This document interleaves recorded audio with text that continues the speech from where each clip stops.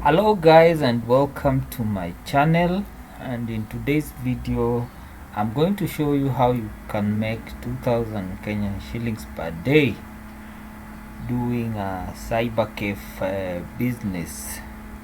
So if you find this video to be useful, you can give me the likes, you can also share, you can also give me comments or questions in the comment section.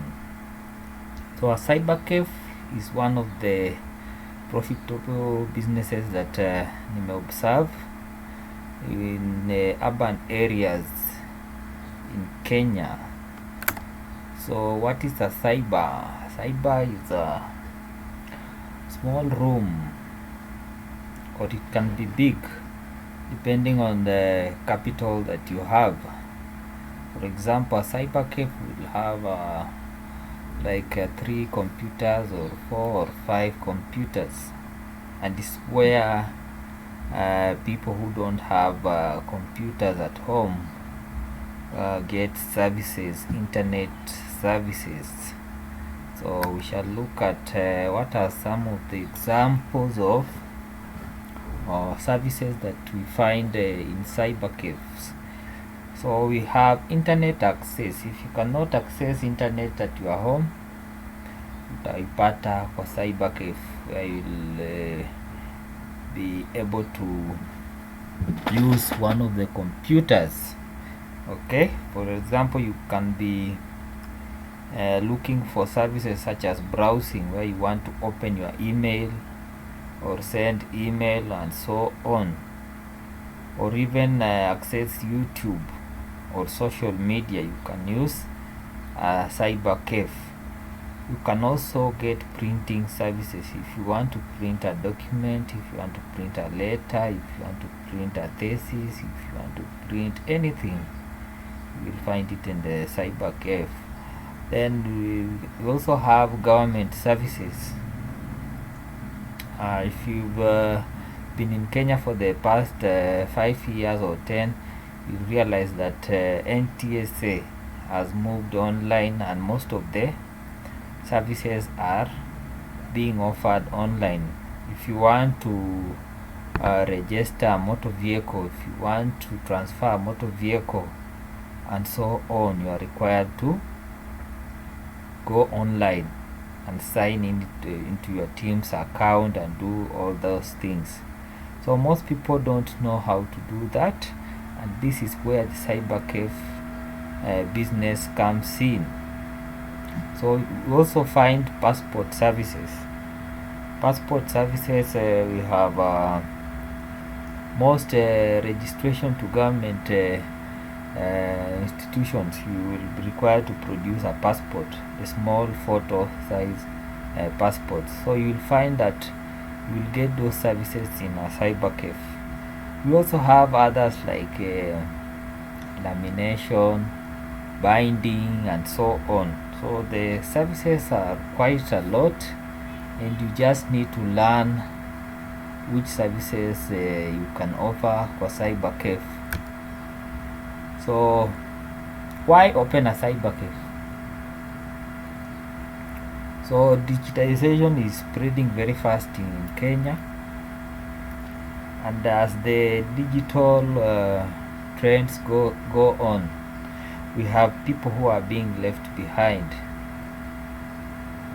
For example, we have the older generation, people who are above 50, 60 and so on. They are not able to do the government services or online stuff.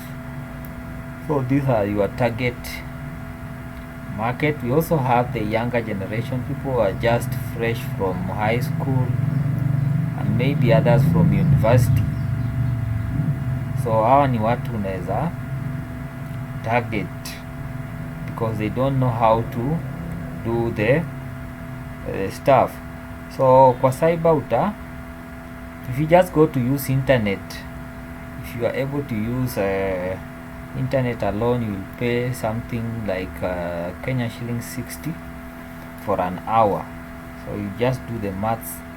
60 bob times number of hours per day you'll be operating. Then we have government services. Depending on the location, you'll be charged differently based on the services. For example, if you want to register a KRA PIN, you will find that you are being charged anything from 200 to 500 per service. So if you are able to do like only 4 clients in a day, you'll be able to make your 2,000 shillings without any sweat. So those are the important things you need to know. Then SWOT analysis. What are the strengths? You don't need a huge capital investment to start a cyber. Then, as we've seen, the profit margins are high. For example, if you do a motor vehicle transfer for somebody, you'll charge for that service 500 shillings. You see, that's a very good profit margin, and you don't need to take a lot of time doing that. Once you understand the process, you can do it very fast.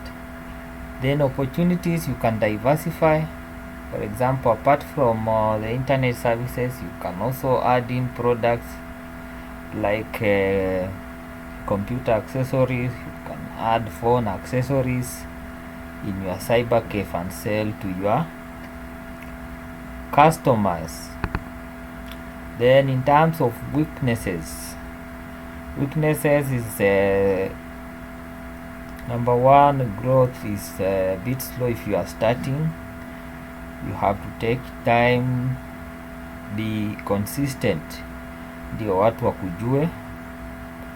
Then we have network problems. Sometimes networks become jammed. Okay, slow network can be quite a challenge for the cyber business, so you need to really try and find a good internet service provider. Then we have threats. One of the first threat that you can experience in this business is theft from employees. If you don't have trustworthy employees, wataanza kuibia. Then competition is also a threat. You just started your cyber, then somebody else comes and opens a similar business next to you or opposite your business. So you see, this kind of competition will start denying you revenue. Then here is the startup breakdown. The budget. So you need rent and deposit 30,000. We need licenses at a cost of around 15,000. You need workstation and counter 20,000. You need 5 computer machines. So this may vary. You may start with 3 or 5 machines. Then you also need a photocopier, 60,000. You may also need an Epson printer if you want good quality prints, 50,000. Then miscellaneous, 10,000. So a total you may need around 170,000 to start the cyber business. So what are the key success factors? If you want to start a good profitable cyber cafe business, you need to be very keen on the location. You need to locate your cyber cafe in a place where there is traffic. For example, if you choose a good location, you might want to consider nearness to a university or college. In such places, we have a good flow of customers who need cyber cafe services. Then you also need to be very fast.